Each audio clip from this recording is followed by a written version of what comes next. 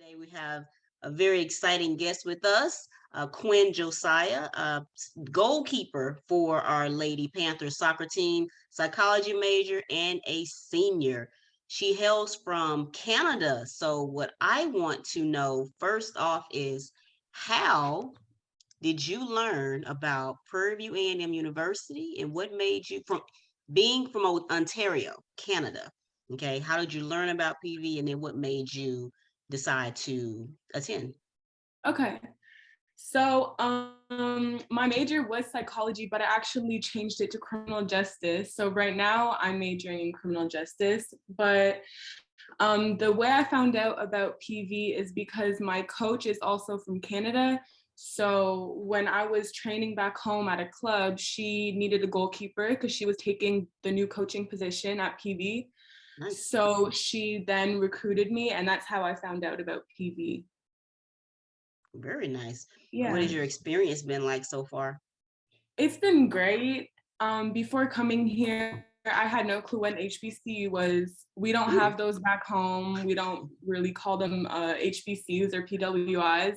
So learning more about it and doing research, it was very intriguing and it interested me to come here.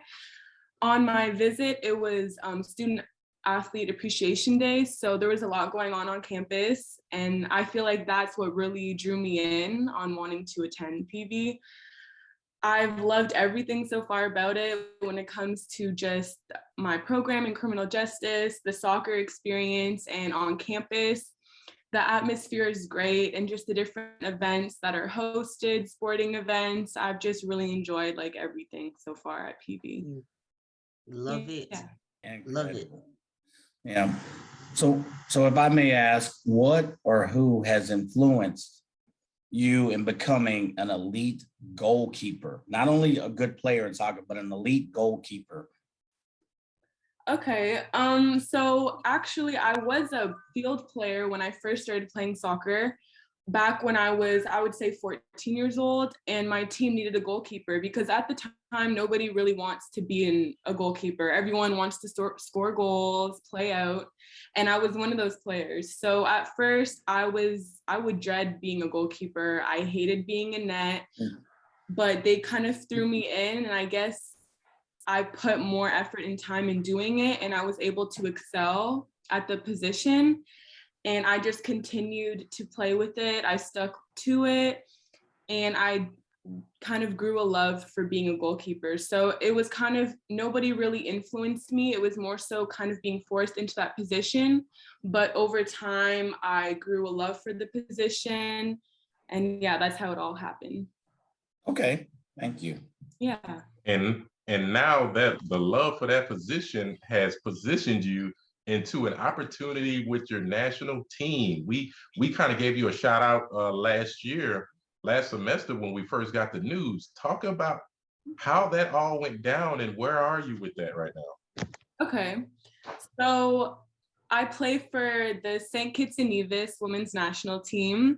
I'm fortunate enough to be able to play for that team because my grandfather was born there. So my dad's side of the family is from there. So that's how I'm able to play for the team. I started playing, I think about 2 years ago when I was 19 or 18 years old with the U20 team.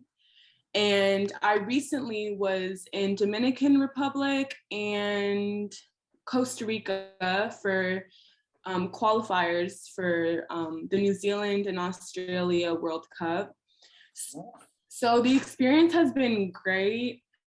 When I first came in, when I was young, it was my first time ever meeting the girls, and it was kind of nerve-wracking at first, not really knowing anyone, but they were very welcoming, and over time we kind of grew a relationship on and off the field, so that made me feel more comfortable. And then more recently, there's a lot of other international players that are from Canada as well as the United States. So it's easier for us to bond as well as with the local players that are from there. And we were fortunate enough to win our one game against Curacao. So we have 2 games actually coming up in April, I think April 8th and another game following that unfortunately, I can't go because I have to focus on school, being a senior. I don't want my grades to drop or anything, so I won't be able to attend those games. But the experience has been amazing. Being able to travel to all these places and play the sport that I love, it's been an experience that I know not everyone has the opportunity to get. So I'm very grateful that I can be in that position. I wanted to follow up on the St.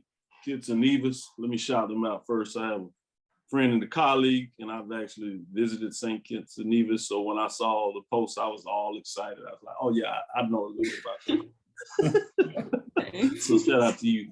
But my question is about that international framework and how you and yourself are international. Talk a little bit about how that provides you with a different scope of the world and the connections you make with your teammates to be able to share that, you know, from Canada to the US to St. Kitts, and to some degree around the world, participation in these international events, as they call them in soccer, matches, I should say. Okay.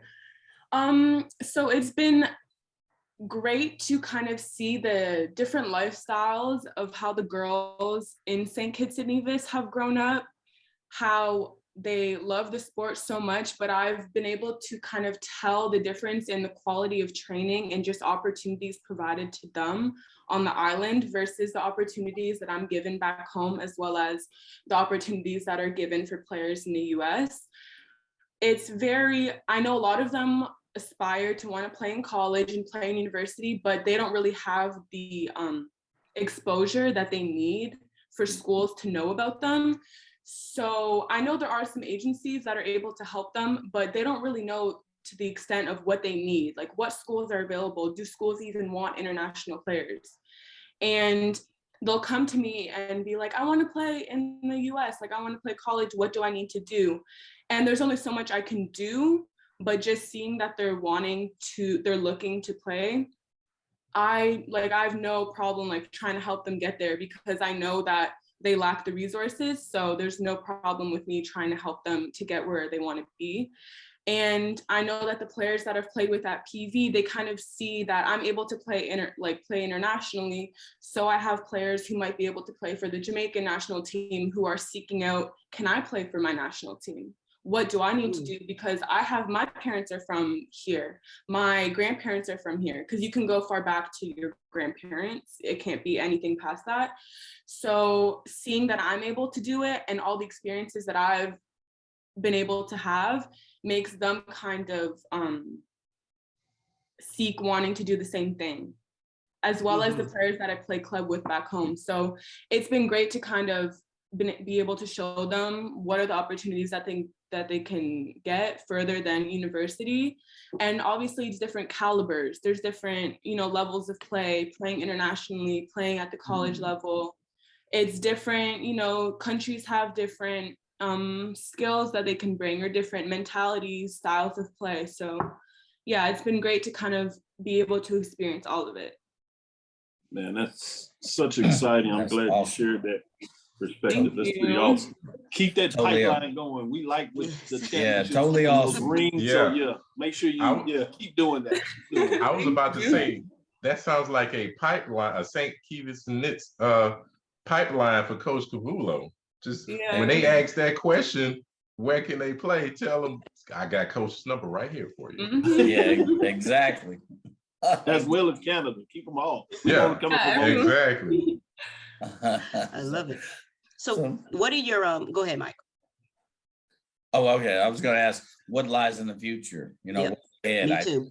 I read somewhere that you were considering law school, or what's in the future for you? So there's a lot that I hope to be in my future. I'm kind of leaving my career path open. There's so many things that I want to explore.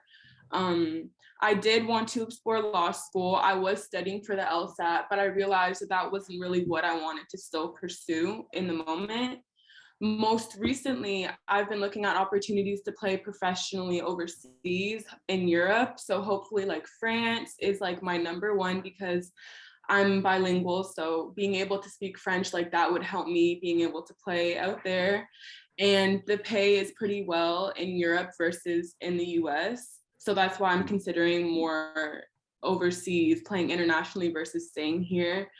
But obviously I can't play soccer forever because my body won't allow me to do so. So once my soccer career would be over, I hope to go back home to Canada or stay here and pursue a career within the criminal justice field, whether that be within policing and working my way up, or working within the bank and kind of still being able to pursue a career within the criminal justice aspect within banking. So yeah, those are my options or what I want to pursue.